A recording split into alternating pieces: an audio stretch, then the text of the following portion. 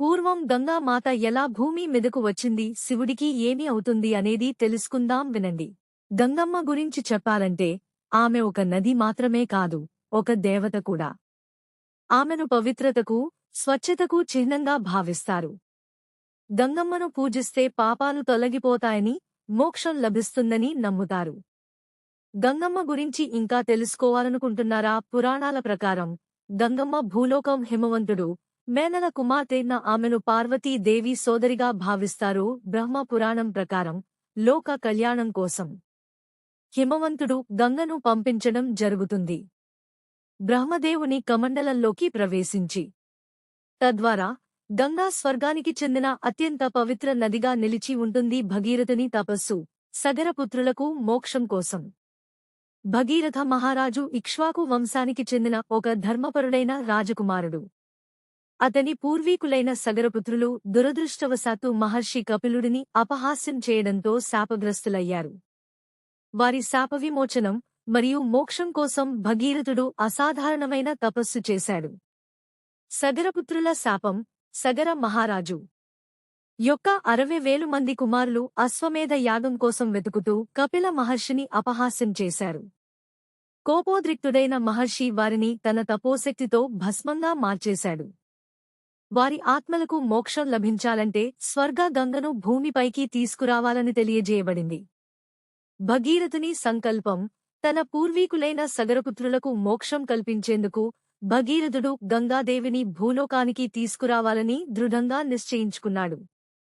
బ్రహ్మ తపస్సు. భగీరథుడు బ్రహ్మదేవుడిని ఆశ్రయించి కఠోరమైన తపస్సు చేసి గంగా భూలోకానికి రావాలని వరం పొందాడు. అయితే గంగా యొక్క అపారమైన ప్రవాహాన్ని భూమి తట్టుకోలేదని బ్రహ్మదేవుడు హెచ్చరించాడు. శివుని ప్రార్థన.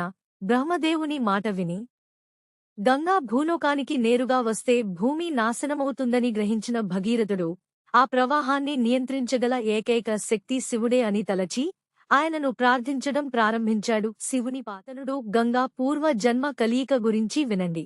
క్షత్రియ వంశంలో పుట్టడం ఒక్కటే రాజువడానికి అర్హత కాదన్న గొప్ప నిర్ణయాన్ని తీసుకుని తొలిసారిగా అమలు చేసిన వ్యక్తి భరతుడు. ఇంతటి మహోన్నత వ్యక్తిత్వం కారణంగానే మన దేశానికి ఆయన పేరు పెట్టారు. తన 5 కుమారుల్లో ఎవరికీ రాజ్యాధికారం చేపట్టే అర్హత లేదని నిర్ణయించిన భరతుడు రాజ్యానికి తగిన పాలకుడి కోసం అన్వేషించాడు. స్థిరచిత్తం, నిష్పక్షపాతం, సర్వజనీనతకు మారుపేరైన భరతుడు చివరకు బృహస్పతి అక్రమ సంతానం విధాతను రాజుగా నిర్ణయించాడు. ఒకరోజు మత్రభ్రమించిన బృహస్పతి తన సోదరుడి భార్య మమతను బలవంతపెట్టి లోబరుచుకున్నాడు. ఆ సంఘటనకు ఫలితమే విధాత జననం. భరతుడు ఎంపిక చేసిన విధాత ఎంతో విచక్షణతో గొప్పగా రాజ్యాన్ని పాలించాడు. విధాత తర్వాత 14వ తరంవాడు శంతనుడు. ఈయన కురు పాండవులకు ముత్తాత. పూర్వజన్మలో మహాభిషేకుడనే ఓ భక్తుడే శంతనుడిగా జన్మించాడు. గొప్ప భక్తుడైన మహాభిషేకుడు మరణం తర్వాత స్వర్గానికి చేరుకున్నాడు. ఒకరోజు ఇంద్రసభకు గంగా మాత వచ్చినప్పుడు ఆమెకి తెలియకుండా ఒంటిపై వస్త్రం జారిపడింది. ఇంద్రపురిలో నిబంధనల ప్రకారం అక్కడున్న పురుషులందరూ తలలు వంచుకోగా మహాభిషేకుడు మాత్రం గంగను చూస్తూ ఉండిపోయాడు. ఈ అనాగరిక చర్యకు ఆగ్రహించిన ఇంద్రుడు, దేవలోకంలో ఉండే అర్హత నువ్వు కోల్పోయావు, తిరిగి మానవుడిగా జన్మించు మని శపించాడు.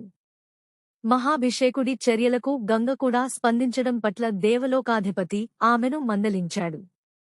ఇది చాలా తప్పు.